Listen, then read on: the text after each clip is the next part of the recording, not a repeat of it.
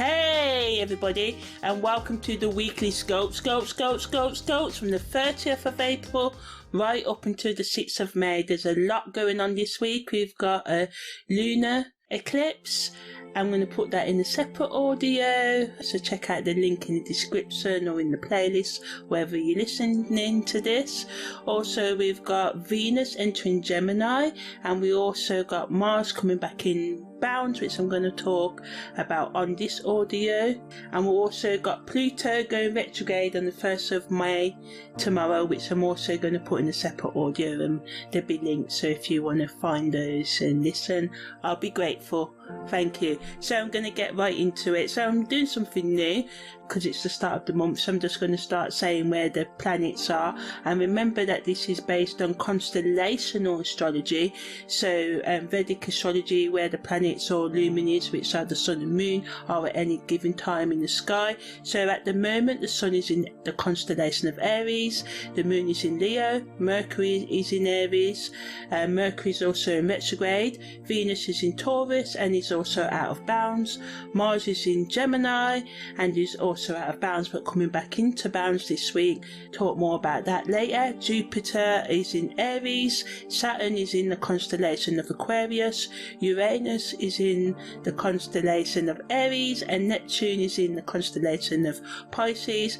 Pluto is in Capricorn, and Chiron, the asteroid, is in Aries, and of course the moon's north node is also in Aries. So that's where the planets and points and asteroids are right now, and any changes as the month goes on, I will tell you about them. So there's nothing else to report for the 30th, which is good because it is a long week anyway.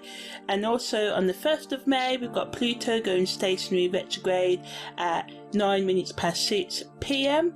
If you want to know about that, check out the playlist, it'll be on there.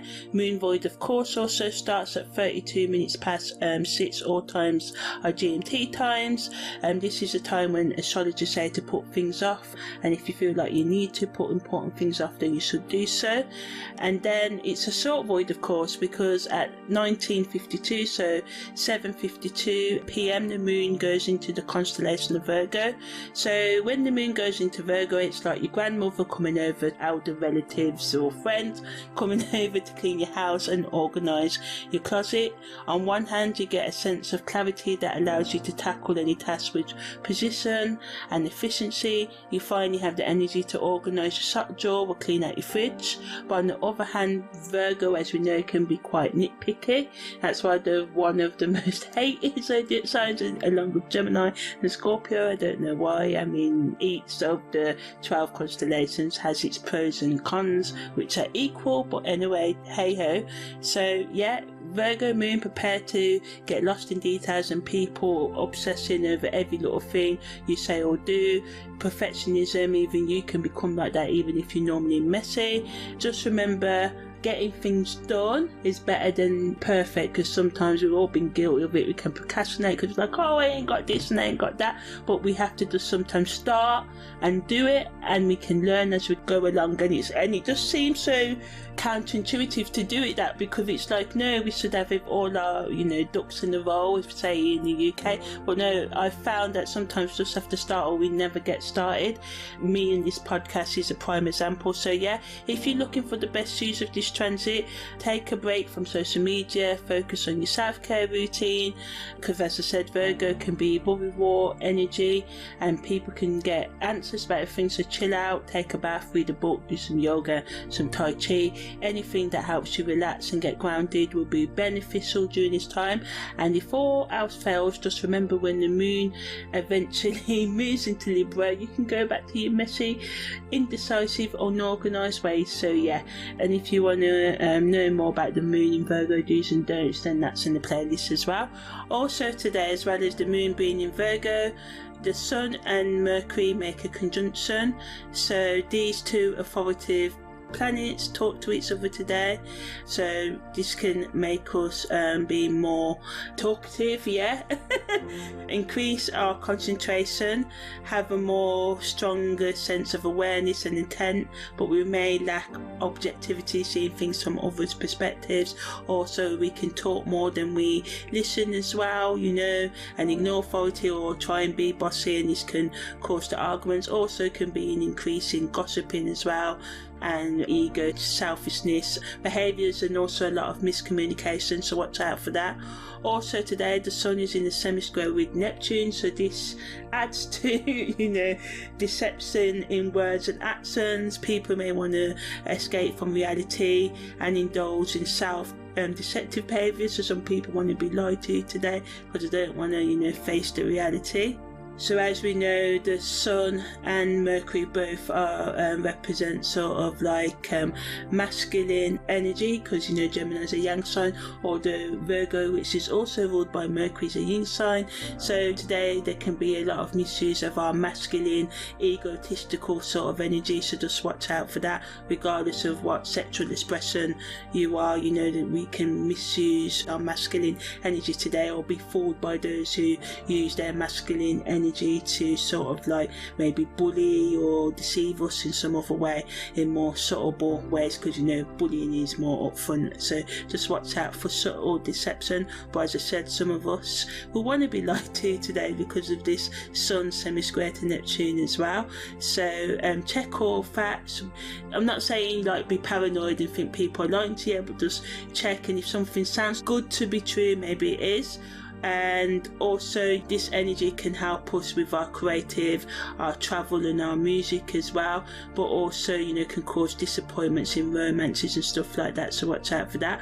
Also today Mars is making a sextile quadrant to Saturn, so this gives us the energy needed to stay focused with all this kind of escapism energy around, to also to make progress slow and steadily in all of our projects that we may be doing today, but also that it can be a risk of accidents due to impulsive behaviour or destructive behaviours that can lead to injuries as well, so just watch out about that. Also in the negative worst end of the energy, you know, Sun conjunct Mercury, and then Mars sextile quadrant Saturn, and Sun making a semi-square to Neptune. This can lead to separation and loss and warlike sort of like violent behaviour, so watch out for that. On the 2nd of May, there's a Gibbous Moon at 1 minute past midnight. So when the moon is half but not fully illuminated and it's moving towards the full moon, this is called the Gibbous Moon phase. So this phase is associated with increased energy and productivity, making it a great time for tackling tasks that require focus and determination. And this heightened energy can, you know, make you more creative and can be used for brainstorming and problem solving. Although the waxing Gibbous phase can also bring with it some challenges, so this intense energy of this phase may lead to feelings of restlessness, anxiousness, and, you know, the moon's still in Virgo, so this can be amplified.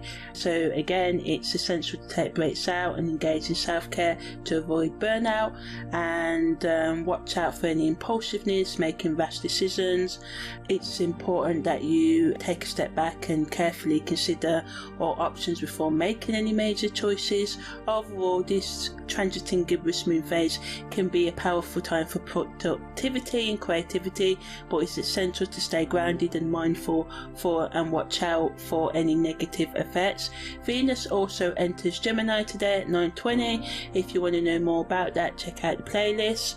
And also today Mercury is making a semi-square with Venus, so again another aspect and transit that can impact our thinking and communication styles. So we've still got the effects of, you know, the Sun semi-square Neptune from yesterday, Sun conjunct Mercury, that will affect us for the majority of this week, and then we've got this aspect of Mercury semi-square in Venus now. So people are more likely to focus on the matters of love and romance, making it an ideal time for conversations about emotions and relationships. But this transit can also bring about a lack of motivation and drive and make us more lazy and self-indulgent as well. well, and we can potentially have disagreements or misunderstandings with others, especially with feminine energy. So just watch out for that. There can be a lot of maybe deception and manipulation, or it can be, you know, a good time where we can use our feminine energy and our compassion to heal others and to listen to them, just to sort of bring balance even into the most disruptive environments as well. So that's the positive use of this energy. Also, people's communication styles can be unclear and ambiguous, so, you know, ask questions. If you think that you've misheard something, then ask for clarity to avoid misunderstandings. The best use of this energy of Mercury making a semi-square to Venus is to take advantage of the increased emotional awareness and self-reflection that it offers, and being mindful of any potential pitfalls that can arise in miscommunications as well. Respect other people's boundaries, because you know, Mercury in communication, so people can be a bit more flirty or misread signals and stuff like that as well. Also, you know, this energy is good to gain a deeper understanding of ourselves and our relationships as well, which is sort of like good because we can never have enough clarity. So yeah, on the 3rd of May, the moon enters void of course at 11 minutes past 10, and also today Venus makes a square with Neptune, so it can enhance our artistic and creative side and inspire us to express ourselves more artistically, you know, poems, good for date nights, writing songs or anything that's creative that you may be doing. This energy brings about a sense of idealism and romanticism, making us more open to love and affection or looking for it as well. But it can lead us to having unrealistic expectations of love and relationships, which can lead to disappointment and disillusionment. So again, you know, make sure you ask clear questions, don't get lost in fantasy.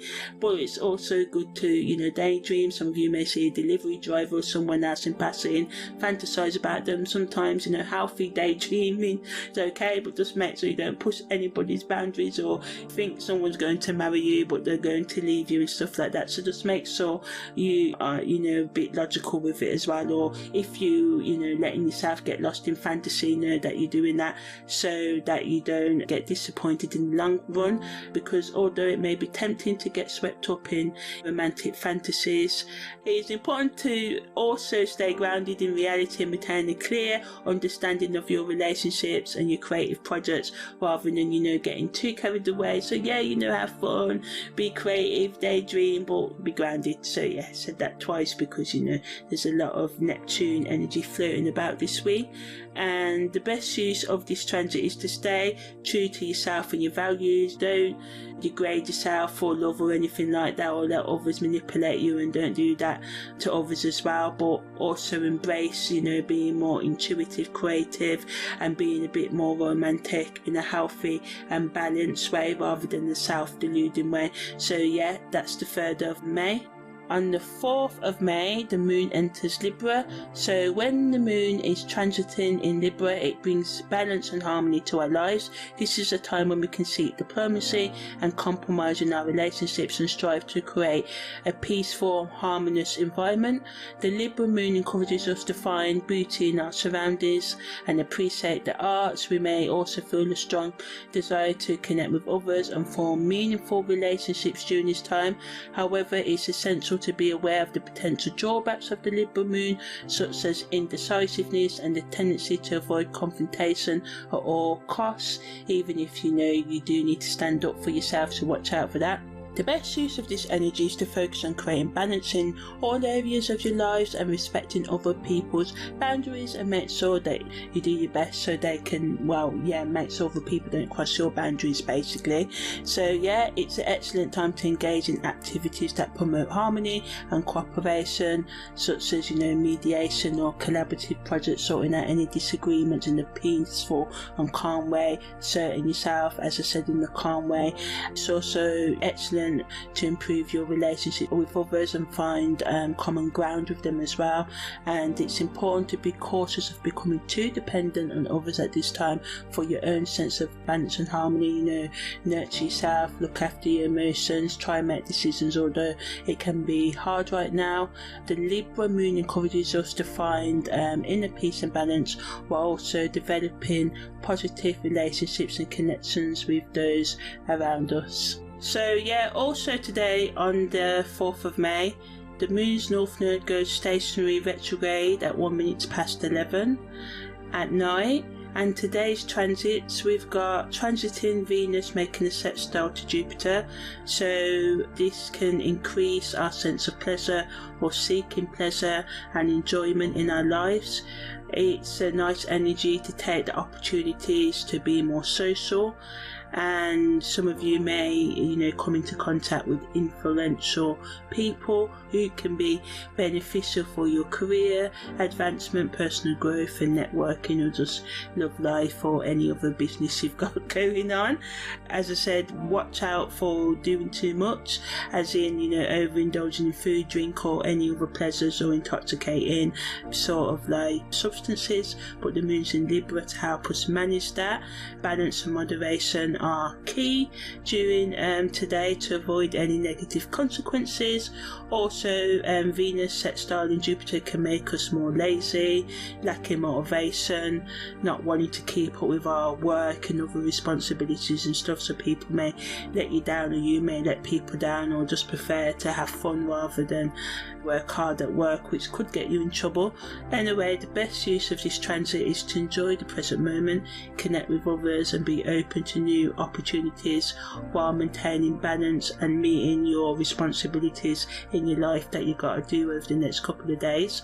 On the 5th of May, the moon enters Via Combusta, which is the 15th degrees of Libra to the 15th degrees of Scorpio, so this can be a challenging and intense time, but it provides opportunities for growth and transformation if approached with mindfulness and awareness.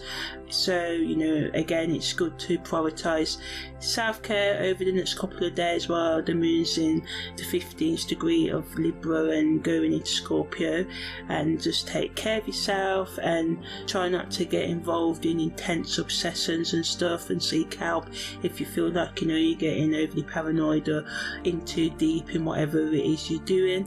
But the positive of this energy that it allows us to release deep-seated emotional, spiritual and psychological patterns and face our own shadows and confront our fears if we want to. So it's good for kind of journaling, self-reflection work, getting in touch with your emotions, which can help you be more self-aware in the long run. So yeah, it's important to approach the moon being in Via Combusta with intention and consciousness, allowing yourself to navigate any challenges that come up now rather than avoid them. Mars also leaves out of bounds today as well.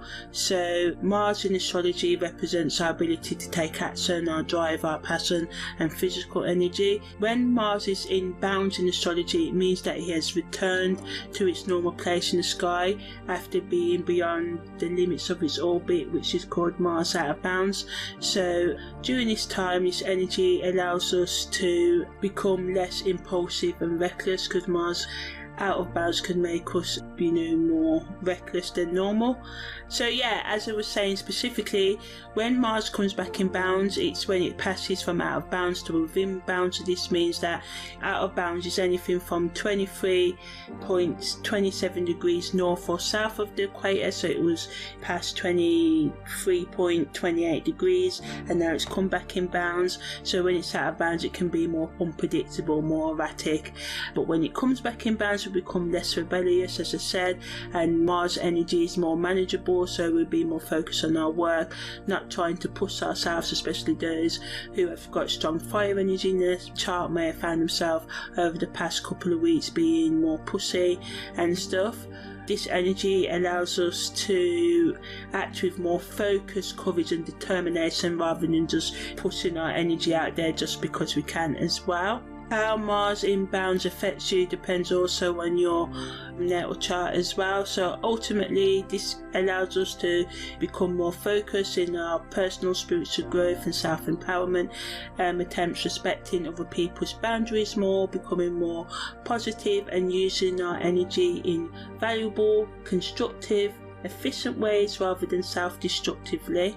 On the 5th of May, there's a full moon penumbral lunar eclipse. I've done a separate audio on what it means for all the 12 zodiac signs and the spiritual and astrological meanings, so check out the playlist, it will be in there, and there's nothing else to report for today. On the 6th of May, the moon enters Scorpio, so when the moon is transiting in Scorpio, it can bring about intense emotions and a desire for deeper connections.